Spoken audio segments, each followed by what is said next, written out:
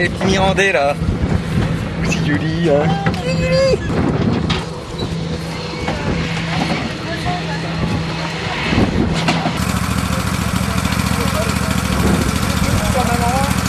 Que du Charlie. Hein. On est filmé, souriez, regardez là-bas.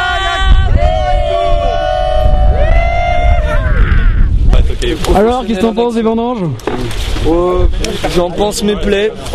Waouh. Voilà. La mascotte qui est là. C'est qui la mascotte?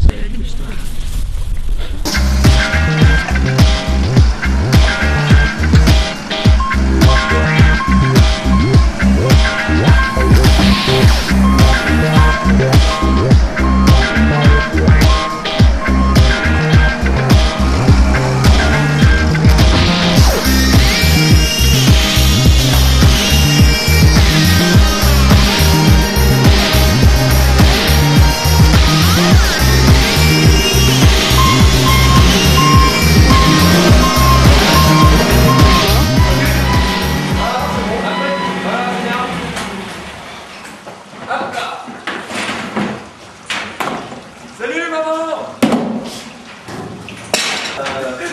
On va retirer le jus, mais. Attends, ouais.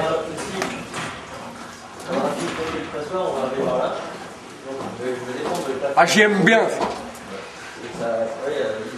C'est des tout petits raisins avec des toutes petites baies. C'est le même nombre de baies qu'un raisin normal, et par contre c'est des très vieilles vignes donc qui donnent des toutes petites baies, et forcément c'est plus concentré en sucre, en acide, et ça c'est, on fait à peu près 4-5 pièces par an de nos plus vieilles vignes qu'on appelle donc les Carmirandais. Et voilà quoi, c'est quand même plutôt beau quoi. On peut quand même regarder, hein, c'est ça qui est intéressant, c'est que sur des raisins mirandais comme ça, toutes ces baies n'ont pas de pépins. Voire un pépin ou pas de pépin, mais. Et donc normalement la baie qui est là pour nourrir le pépin, du fait qu'il n'y a pas de pépin, la baie est plus petite. Mais ça c'est dû à un problème de fécondation. Et pas véritablement un problème, mais c'est la vigne qui arrive en fin de vie. Et en arrivant en fin de vie, la fécondation se fait plus correctement. Il n'y a plus de pollinisation. Voilà. J'ai oublié. Ah, ça marche.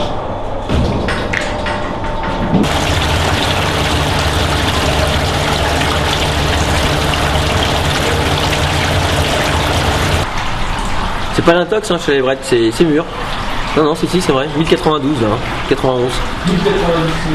Qu'est-ce que t'en penses alors depuis le début des vendanges? C'est chouette, c'est bien, pour l'année c'est plutôt pas mal. C'est-à-dire que globalement c'est sain, c'est mûr sans être trop élevé en sucre. Les acidités sont très bonnes, mais je pense que c'est pas mal de malique, donc on verra après fermentation malolactique. Mais tu vois la couleur, hein, ça c'est pas vert, donc ça veut dire que c'est une couleur brune, enfin orangée, brune, c'est une couleur de maturité, donc on est quand même très content. Mais ça c'est grâce aux vieilles vignes et également au travail qui est fait dans les vignes. Hein.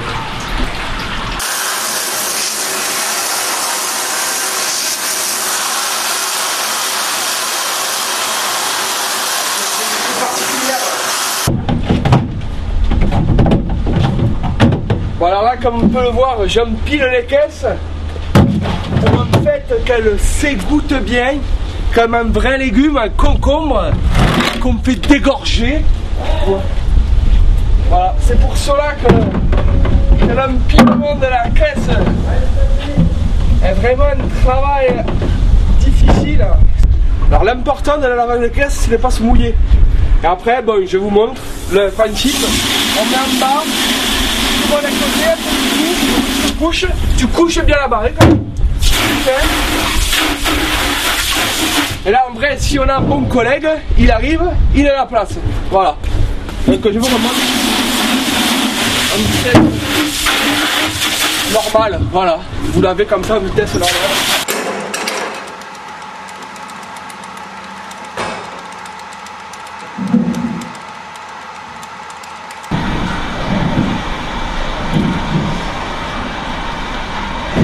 Alors qu'est-ce que tu fais là? Qu'est-ce que je fais? Eh bien écoute, je débourbe. C'est-à-dire on débourbe les Saint-Véran côte rôtie qu'on a pressé hier. Et c'est quand même bien déposé. Donc on va prendre un petit peu de bourbe fine pour remettre le tout en suspension. J'ai des gestes très précis à faire et je le fais. Surtout pas Il faut être vraiment attentif parce que...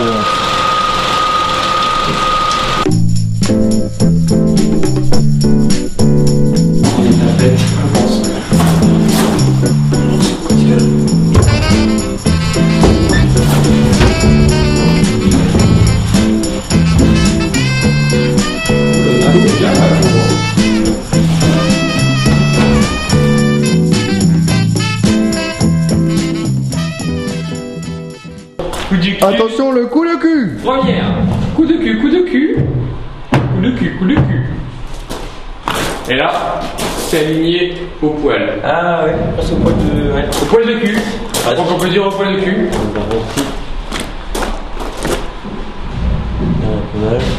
Une fourmi partout.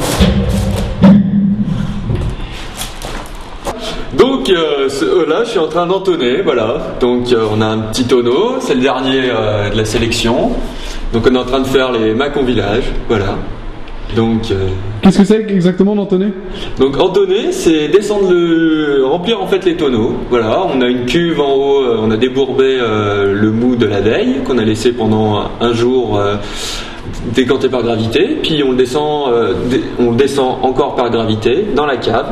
Comme ça, on n'utilise pas d'engin et on ne brasse pas le mou. Voilà.